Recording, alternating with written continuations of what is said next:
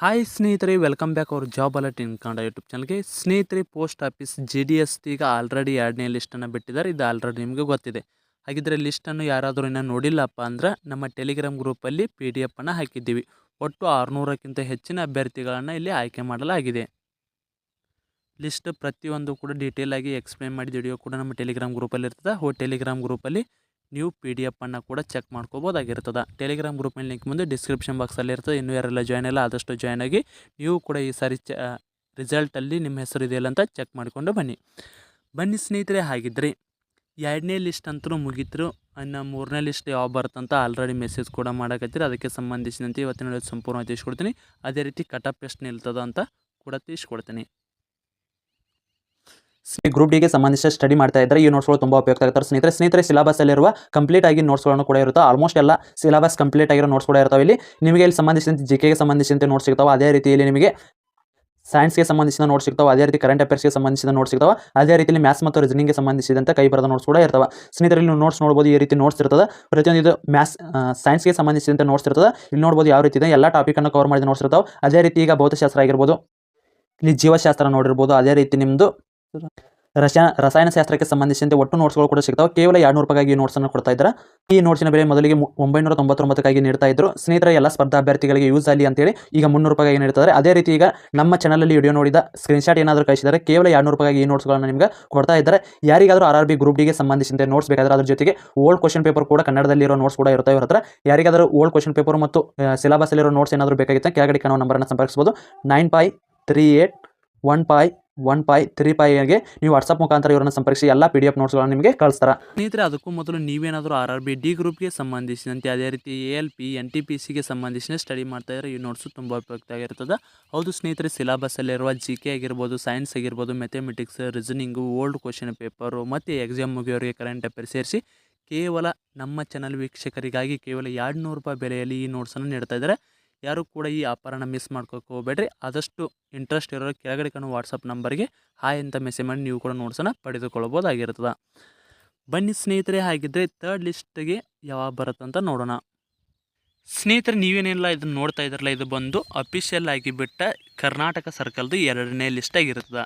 ಇಲ್ಲಿ ಬರೋಬ್ಬರಿ 600 ಅಭ್ಯರ್ಥಿಗಳನ್ನ ಆಯ್ಕೆ ಮಾಡಲಾಗಿದೆ. 1135 ಒಟ್ಟಾರೆಯಾಗಿ ಅಭ್ಯರ್ಥಿಗಳಿದ್ದಾರೆ. ಅಲ್ಲಿ 50% ಮಾತ್ರ ಅಭ್ಯರ್ಥಿಗಳು ಡಾಕ್ಯುಮೆಂಟ್ಸ್ ವೆರಿಫಿಕೇಷನಲ್ಲಿ ಪಾಸ್ ಆಗಿರ್ತಾರೆ. ಇನ್ನು 50% ಫೇಲ್ ಆಗಿರ್ತಾರೆ. ಸ್ನೇಹಿತರೆ, ಇಲ್ಲಿ ಯಾವುದೇ ರೀತಿ ಫಿಸಿಕಲ್ ಇಲ್ಲ, ಮೆಡಿಕಲ್ ಇಲ್ಲ, ಜಸ್ಟ್ ನಿಮ್ಮದು ಡಾಕ್ಯುಮೆಂಟ್ಸ್ ವೆರಿಫಿಕೇಷನಲ್ಲಿ ಮಾತ್ರ ಇಲ್ಲಿ ಫೇಲ್ ಆಗ್ತದೆ. ಇಲ್ಲಿ ನಿಮ್ಮದು ಮೆಡಿಕಲ್ಲೇ ಇರುತ್ತೆ, ಬಟ್ ಜಸ್ಟ್ ಬರೀ ನೀವು ಸರ್ಕಾರಿ ದವಾಖಾನೆಯಲ್ಲಿ ಒಂದು ಮೆಡಿಕಲ್ ಲೆಟರ್ನ ಬರೆಸ್ಕೊಂಡು ಹೋದ್ರೆ ಆದ್ರೆ ಆಯಿತು. ಇಲ್ಲಿ ಯಾವುದೇ ರೀತಿಯ ಪೊಲೀಸು, ಆರ್ಮಿ ಯಾವ ರೀತಿ ಮೆಡಿಕಲ್ ನಡೆಸ್ತಾರೋ ಆ ರೀತಿ ಏನೂ ಇರೋಲ್ಲ. ಜಸ್ಟ್ ನಿಮ್ಮದು ಫೇಲ್ ಮಾಡೋದವರು ಡಾಕ್ಯುಮೆಂಟ್ಸ್ ವೆರಿಫಿಕೇಷನಲ್ಲಿ ಮಾತ್ರ. ಅದಕ್ಕಾಗಿ ನಿಮ್ಮ ಡಾಕ್ಯುಮೆಂಟ್ಸ್ ಎಲ್ಲ ಕರೆಕ್ಟ್ ಇದ್ದರೆ ನೀವು ಯಾವುದೇ ಕಾರಣಕ್ಕೂ ಅಂಜೋ ಅವಶ್ಯಕತೆ ಇಲ್ಲ. ಇಲ್ಲಿ ಆಲ್ರೆಡಿ ನಾನು ಹೇಳಿದ್ದೆ, ಫಸ್ಟ್ನೇ ಲಿಸ್ಟ್ ಬಿಟ್ಟಾಗ ಹೇಳಿದ್ದೆ, ಸೆಕೆಂಡ್ ಲಿಸ್ಟ್ ಬಿಟ್ಟಾಗ ಅದನ್ನೇ ಹೇಳ್ತೀನಿ ಕೇಳಿರಲಿ. ಸ್ನೇಹಿತರೆ, ಇಲ್ಲಿ ಏನು ಸ್ಕೋರ್ ಇರ್ತಾವಲ್ಲ, ಇವು 98, 99, 97 ಇವೇನು ಇರ್ತಾವಲ್ಲ, ಒಂದಿಷ್ಟು ಅಭ್ಯರ್ಥಿಗಳು, ನಾ ಎಲ್ಲರೂ ಅಂತ ಹೇಳ್ತಾ ಇಲ್ಲ, ಒಂದಿಷ್ಟು ಅಭ್ಯರ್ಥಿಗಳು ನಮ್ಮದು ಲಿಸ್ಟಲ್ಲಿ ಹೆಸರು ಬರಲಿ ಅನ್ನುವ ಕಾರಣಕ್ಕಾಗಿ ಸ್ಕೋರನ್ನು ವೇರಿಯೇಷನ್ ಮಾಡಿ ಕೂಡ ಹಾಕಿರ್ತಾರೆ.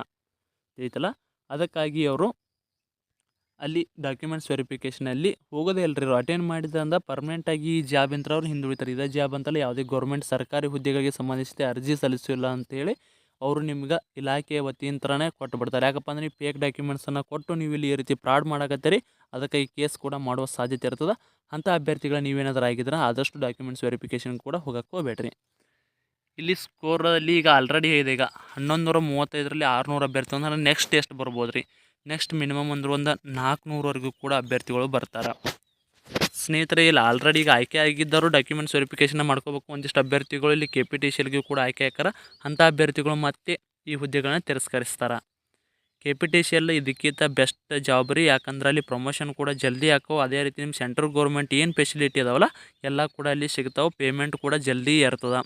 ಇಲ್ಲಿ ಸೆಂಟ್ರಲ್ ಗೌರ್ಮೆಂಟ್ ಫೆಸಿಲಿಟಿ ಎಲ್ಲ ಕೂಡ ಕೊಡ್ತಾವ್ರೆ. ಅದು ಬಟ್ ಇದು ಅದಕ್ಕಿಂತ ಕಡಿಮೆ ಹುದ್ದೆಯಲ್ಲಿ ಪ್ರಮೋಷನ್ ಜಲ್ದಿ ಆಗಲ್ಲ, ಸ್ವಲ್ಪ ಕಡಿಮೆ. KPTCL ಹೋಲಿಸಿದ್ರೆ ಪ್ರಮೋಷನ್ ಕೂಡ ಕಡಿಮೆ ಇರ್ತದೆ. ಸ್ನೇಹಿತರೆ, ಸಾಕಷ್ಟು ಅಭ್ಯರ್ಥಿಗಳು ಕೇಳಾಕತ್ತಿದ್ರಿ. ಈಗ ನೆಕ್ಸ್ಟ್ ನಿಮ್ಮದು ಇಂಪಾರ್ಟೆಂಟ್ ಇರೋದು ಏನಪ್ಪ ಅಂದ್ರೆ 3ನೇ ಲಿಸ್ಟು. ಹಾಗಿದ್ರೆ 3ನೇ ಲಿಸ್ಟನ್ನು ಯಾವಾಗ ಬಿಡ್ತಾರಂತ ನೋಡ್ಕೊಂಬರೋಣ. ಸ್ನೇಹಿತರೆ, ಈಗ ಪ್ರತಿಯೊಂದು ಲಿಸ್ಟ್ಗೆ ಸಂಬಂಧಿಸಿದಂತೆ ಅವರು ಡಾಕ್ಯುಮೆಂಟ್ಸ್ ವೆರಿಫಿಕೇಷನ್ ಮಾಡಲು ಕೊನೆಯ ದಿನಾಂಕ ಕೂಡ ಕೊಟ್ಟಿರ್ತಾರೆ. ಈ ದಿನಾಂಕ ಕೂಡ ನಿಮಗೆ ನೋಡ್ಕೋಬೋದು. 6/5/2025 ನಿಮ್ಮದು ಇದು ಕೊನೆಯ ದಿನಾಂಕ, ಡಾಕ್ಯುಮೆಂಟ್ಸ್ ವೆರಿಫಿಕೇಷನ್ನ ಮಾಡಲು ಕೊನೆಯ ದಿನಾಂಕ ಆಗಿರ್ತದೆ. ಇದಾದ ನಂತರ ಕೇವಲ ಒಂದು ವಾರ ಅಥವಾ 7ರಿಂದ 10 ದಿನದ ಒಳಗಡೆ ನಿಮ್ಮದು ರಿಸಲ್ಟನ್ನು ಬಿಡ್ತಾರೆ. ಅಂದ್ರೆ ಪ್ರತಿ ಒಂದು ಲಿಸ್ಟಿಗೆ ಕೇವಲ ಒಂದು 20ರಿಂದ 25 ದಿನ ಮಾತ್ರ ಟೈಮ್ ಇರ್ತದೆ. ಪ್ರತಿ ತಿಂಗಳು, ಒಂದು ತಿಂಗಳು ಅಂತ ಹಿಡ್ಕೊಂಬಿಡ್ರಿ, ಪ್ರತಿ ತಿಂಗಳು ನಿಮ್ಮದು ಅಂದರೆ 6 ತಿಂಗಳದಾಗ 6 ಲಿಸ್ಟ್ ಬರ್ತಾವೆ. ಪ್ರತಿಯೊಂದು ಲಿಸ್ಟ್ ಕೂಡ ಕ್ಲಿಯರ್ ಆಗ್ತಾ ಹೋಗ್ತಾವೆ. ಇದು ಪ್ರತಿ ವರ್ಷ ರಿಕ್ವೈರ್ಮೆಂಟ್ ಆಗ್ತದೆ ರೀ, ಇದು ನೆನಪಿರಲಿ. ಈ ರಿಕ್ವೈರ್ಮೆಂಟ್ ಹೆಂಗಿರುತ್ತಪ್ಪ ಅಂದ್ರೆ, ಈಗ ಮಾನ್ಯತಾನೆ 6 ಲಿಸ್ಟಿಂಗ್ ಬಿಡ್ತಾರೆ ಅನ್ನೋಕೆ 6ನೇ ಲಿಸ್ಟ್ ಬಿಟ್ಟು ಎಲ್ಲ ಕಂಪ್ಲೀಟ್ ಆದವು ಅಂದ್ರೆ ಮತ್ತೆ 7ನೇ ಮಂತ್ ಅಥವಾ 8ನೇ ಮಂತಿಗೆ ಮತ್ತೆ ಹೊಸ ರಿಕ್ವೈರ್ಮೆಂಟ್ ಆಗುತ್ತೆ. ಈ ಲಾಸ್ಟ್ ಟೈಮ್ ಇದೇ ರೀತಿ ಆಗಿದ್ದು. 6ನೇ ಲಿಸ್ಟ್ ಬಿಟ್ಟು ಒಂದು 20ರಿಂದ 30 ದಿನದ ಒಳಗಡೆ ಮತ್ತೆ ಹೊಸ ರಿಕ್ವೈರ್ಮೆಂಟ್ ಆಗಿತ್ತು ರೀ. ಅದೇ ರೀತಿ ಇರ್ತದೆ. ಈ ಸಾರಿ ಅರ್ಜಿಯನ್ನು ಸಲ್ಲಿಸದೇ ಇರೋರು ನೆಕ್ಸ್ಟ್ ಟೈಮ್ ಆದರೂ ಕೂಡ ಅರ್ಜಿ ಸಲ್ಲಿಸ್ರಿ, ಇನ್ನು 6 ತಿಂಗಳು ಬಿಟ್ಟು.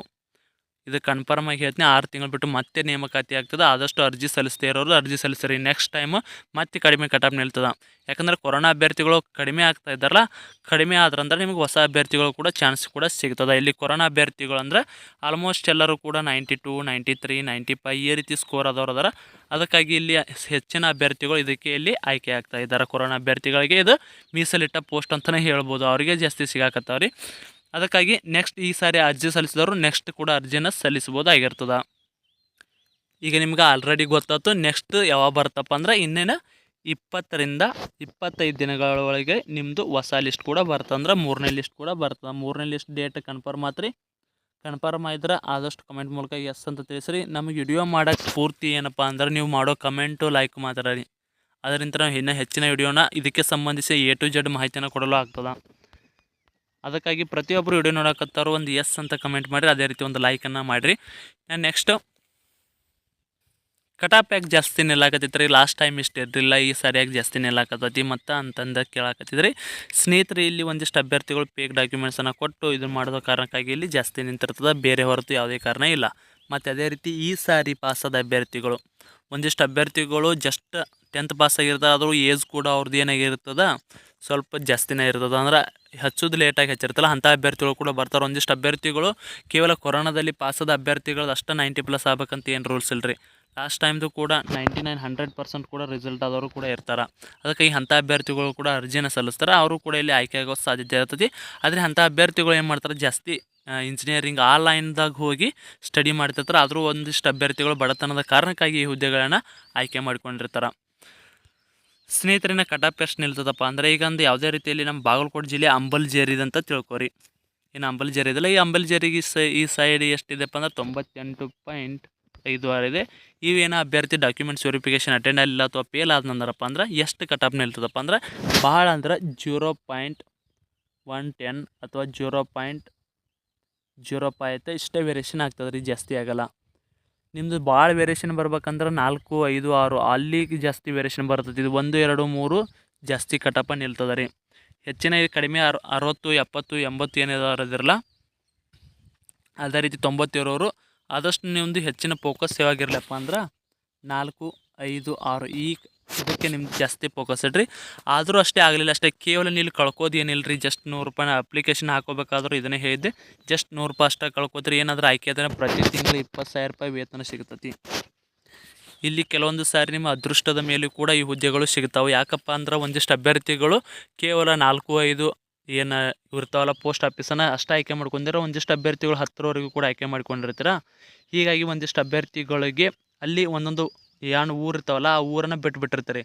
ಅದಕ್ಕಾಗಿ ಅಲ್ಲಿ ಒಂದಿಷ್ಟು ಅಭ್ಯರ್ಥಿಗಳು ಕೇವಲ 60, 70 ಆದರೂ ಕೂಡ ಆಯ್ಕೆ ಆಗೋ ಸಾಧ್ಯತೆ ಇರುತ್ತೆ. ಆದರೂ ಕೂಡ ಈಗ ಎಲ್ಲರೂ ಕೂಡ ನಾಲೆಜ್ ಎಲ್ಲ ಬಂದಿರುತ್ತೆ. ಆದರೂ ಒಂದಿಷ್ಟು ಅಭ್ಯರ್ಥಿಗಳು ಕೂಡ ಈ ರೀತಿ ಮಾಡಿರ್ತಾರೆ. ಅದಕ್ಕಾಗಿ ನೆಕ್ಸ್ಟ್ ಕಟಾಪ್ ಎಷ್ಟು ನಿಲ್ತದಪ್ಪ ಅಂದ್ರೆ ಅಷ್ಟೇ ರೀ, ಭಾಳ ಏನು ವ್ಯತ್ಯಾಸ ಇಲ್ಲ. ಇಲ್ಲಿ ಏನು ಕಟಾಪ್ ನಿಂತಲ್ಲ ಇದಕ್ಕಿಂತ ಸ್ವಲ್ಪ ಕಡಿಮೆ, ಲಾಸ್ಟ್ ಅಂದ್ರೆ 0.50ವರೆಗೂ ಲಾಸ್ಟ್ ರೀ. ಇದಕ್ಕಿಂತ ಕಡಿಮೆ ಅಂತೂ ಬರಲ್ಲ. ಒಂದೊಂದು ಊರಿಗೆ ಬರಬೋದು, ಒಂದೊಂದು ವಿಲೇಜ್ ಮೇಲೆ ಡಿಪೆಂಡ್ ಆಗಿರ್ತಲ್ಲ, ಅರ್ಜಿ ಸಲ್ಲಿಸಿರೋ ಮೇಲೆ ಡಿಪೆಂಡ್ ಆಗಿರುತ್ತೆ. ಆ ರೀತಿ ಕೂಡ ಬರೋ ಸಾಧ್ಯತೆ ಇರ್ತದೆ. ಇಲ್ಲಿ ಹೆಚ್ಚಾಗಿ ನಾ ಬೆಂಗಳೂರು ಇಷ್ಟು ವೆಸ್ಟನ್ನ ಆಲ್ರೆಡಿ ಹೇಳಿದ್ದೆ, ಅಪ್ಲಿಕೇಶನ್ ಹಾಕೋಗೋ ಮುಂಚೆನೇ ಹೇಳಿದ್ದೆ, ಇದಕ್ಕೆ ಕಡಿಮೆ ನಿಲ್ತಾವೆ ರೀ. ಈಗ ಇಷ್ಟೆಲ್ಲಿಷ್ಟು ಬಂದರೂ ಇದ್ರ ಲಾಸ್ಟ್ ಟೈಮ್ 92, 93ವರೆಗೂ ಕೂಡ ಕಟಾಪ್ ಬಂದಿದೆ. ಇದಕ್ಕೆ ಕಡಿಮೆ ನಿಂತಿತ್ತು ರೀ ಲಾಸ್ಟ್ ಟೈಮ್. ನಿನ್ನ ಯಾವುದೇ ರೀತಿ ಮೀಸಲಾತಿ ಇರಲಾರ್ದು ಹೇಳಾಕತ್ತಿದೆ. ಮೀಸಲಾತಿ ಏನಾದರೂ ಇದ್ದು ಅಂದ್ರೆ ಅಂಗವಿಕಲ ಅಭ್ಯರ್ಥಿ ನೀವೇನಾದರೂ ಆಗಿದ್ರಪ್ಪ ಅಂದ್ರೆ ಅಲ್ಲಿ ಕಡಿಮೆ ಕಟಾಪ್ ಕೂಡ ನಿಲ್ತದೆ. ಅಂಗವಿಕಲರಿಗೆ ಮತ್ತು ನಿಮ್ಗೆ ಭಾಳ ವ್ಯತ್ಯಾಸ ಇರ್ತೈತಿ. ಒಂದೊಂದು ಸಾರಿ 10 ಮಾರ್ಕ್ಸ್ 10% ಕೂಡ ವ್ಯತ್ಯಾಸ ಆಗ್ತದೆ. ಇಲ್ಲಿ 98 ಇತ್ತಂದ್ರೆ 88 ನಿಲ್ಲುವ ಸಾಧ್ಯತೆ ಕೂಡ ಇರ್ತದೆ. ಅದಕ್ಕಾಗಿ ಅವರಿಗೆ ನಿಮಗೆ ಸ್ವಲ್ಪ ವ್ಯತ್ಯಾಸ ಕೂಡ ಇರ್ತದೆ. ಸ್ನೇಹಿತರೆ, ಪ್ರತಿಯೊಂದು ಡಿಸ್ಟಿಕ್ಗೆ ಸಂಬಂಧಿಸಿದಂತೆ ನೆಕ್ಸ್ಟ್ ವಿಡಿಯೋದಲ್ಲಿ ಪ್ರತಿಯೊಂದು ಯಾವುದೇ ಡಿಸ್ಟಿಕ್ ಇರಲಿ ಅದಕ್ಕೆ ಸಂಬಂಧಿಸಿದಂತೆ ನಿಮ್ಮದು 2ನೇ ಲಿಸ್ಟ್ ಅಂತೂ ಮುಗೀತೀಗ 3ನೇ ಲಿಸ್ಟ್ಗೆ ಎಕ್ಸ್ಪೆಕ್ಟೆಡ್ ಕಟಾಪ್ ಎಷ್ಟು ನಿಲ್ತದಂತೆ ವಿಡಿಯೋ ಮಾಡ್ತೀವಿ. ಆದಷ್ಟು ನೀವು ಯಾವ ಡಿಸ್ಟಿಕ್ಗೆ ಅರ್ಜಿಯನ್ನು ಸಲ್ಲಿಸಿದರೆ ನಿಮ್ಮದು ಕಟಾಪ್ ಎಷ್ಟಾಗಿದೆ, ನಿಮ್ಮದು ಸ್ಕೋರ್ ಎಷ್ಟಾಗಿದೆ ಆದಷ್ಟು ಕಮೆಂಟ್ ಮೂಲಕ ತಿಳಿಸಿ. ನಾವು ಮುಂದಿನ ವಿಡಿಯೋದಲ್ಲಿ ನಿಮಗೆ ಪ್ರತಿಯೊಂದು ಡಿಸ್ಟಿಕ್ಗೆ ಸಂಬಂಧಿಸಿದಂತೆ ಎಕ್ಸ್ಪೆಕ್ಟೆಡ್ ಕಟಾಪ್ನ ವಿಡಿಯೋ ಮಾಡಿ ತಿಳಿಸ್ತೀವಿ. ಸ್ನೇಹಿತರೆ, ಇದಾಗಿತ್ತು ಇವತ್ತಿನ ವಿಡಿಯೋ. ಇದೇ ರೀತಿ ಕಂಟಿನ್ಯೂಸ್ ಅಪ್ಡೇಟಿಗೆ ನಮ್ಮ ಚಾನಲ್ನ ಸಬ್ಸ್ಕ್ರೈಬ್ ಮಾಡಿಕೊಳ್ಳಿ. ಮತ್ತೆ ಮುಂದಿನ ವಿಡಿಯೋದಲ್ಲಿ ಸಿಗೋಣ. ಶುಭ ದಿನ.